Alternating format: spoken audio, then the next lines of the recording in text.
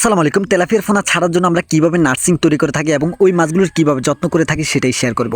তো বন্ধুরা, যদি আপনার পুরাতন বেড়ি হয়ে থাকে, প্রথমত ওই বেড়ি থেকে পানিগুলো সরাবেন, তারপরে শতাংশ প্রতি 250 থেকে 300 গ্রাম চুন ব্যবহার করবেন। চুন দেওয়ার পরে ওই বেড়ির উপরে জাল দিতে হবে, চারপাশে নেট দিতে হবে যেন সাপ ব্যাঙ পাখি না ঢুকতে পারে। তো এগুলো দেওয়ার পরে নতুন করে যখন পানি দেবেন, পানি দেওয়ার 3 থেকে 4 দিন পরে ওই বেড়িতে মাছ ছাড়া যাবে।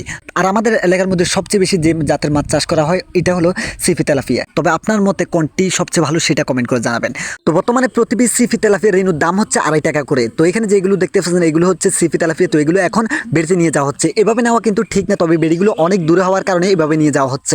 সঠিক নিয়মটা হচ্ছে আপনার যে পলি ব্যাগগুলো রয়েছে মাছের, এগুলো আপনার যে বেড়িতে মাছগুলো ছাড়বেন ওই বেড়িতে 10 থেকে 20 মিনিট রেখে পরবর্তীতে ছেড়ে দেওয়া। তো এই মাছগুলোর সাথে কিন্তু অনেকগুলো ওষুধ দেওয়া হয়েছে। তো এগুলো ছেড়ে দেওয়ার পরে মাছগুলোকে কিন্তু 15 থেকে 20 দিন ফাউটার খাওয়াতে হবে। তো ফাউটার খাওয়ানোর পরে মোটামুটি যখন একটু বড় হয়ে যাবে তখন ওই মাছগুলোকে আপনার 0.5 নাম্বার খাবারটা দিতে হবে। তো কিছুদিন এই খাবারটা দেওয়ার পরে মোটামুটি অনেক বড় হয়ে যাবে। তো এই পর্যন্ত আপনাকে